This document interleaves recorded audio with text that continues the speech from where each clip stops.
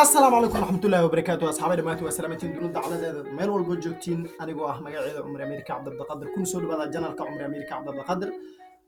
حتى تكون سبتها هنا سبسكرايب صار محيلي وبلاش وأنا كم أتصنت هاي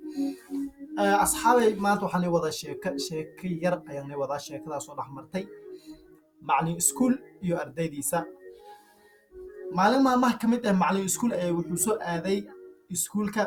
سفو فصلكii cashirka uu ku lahaa ayuu soo aaday kadibna wuxuu soo galay galaaska ama fasalka cashirka uu ku lahaa wuxuu soo galay asagoo u furan yahay sanyeerkiisa isku markaasna waxaa ishu ku dhuftay gabar oo ardaydiisa kamid ahayd waxayna u sheegtay waxayna tiri macallin xafiiska uu furan yahay macallinkii wuxuu ku laabtay xafiiskii wuxuuna arkay xafiiskii oo xiran macallinka ayaa qosol isla dhacay askaligiisa asagoo wili madaxa hoos u lulaayo kadibna wuu soo baxay wuxuu ku soo laabtay galaaskii ama fasalkii cashirada uu ku siinay ardaydiisa macallinkii ayuu su'aal weydiiyay gabadha wuxuu yiri gabar xafiiska markuu furnaa maamulaha muu fadhiyay ama wuu taagnaa gabadhii ayadoo fahansan ayaa waxay ugu jawaabtay macallin maamulaha muu taagnaynina wuu fadhiyay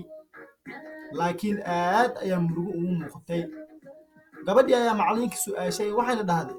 macallin xalay miyuu dagaal galay macallinkii ayuu wuxuu ku jawaabay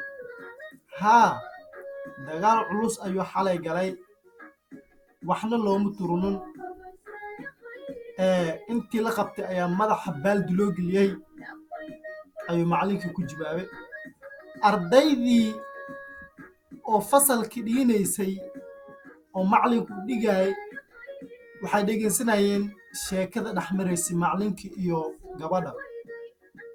laakiin nasiib daro ayaga waxba kama fahmin fadlan adiga haddii sheekadan wax aad ka fahantay ama ay ku qaadi sheekadan ama aad ka heshay intoodaba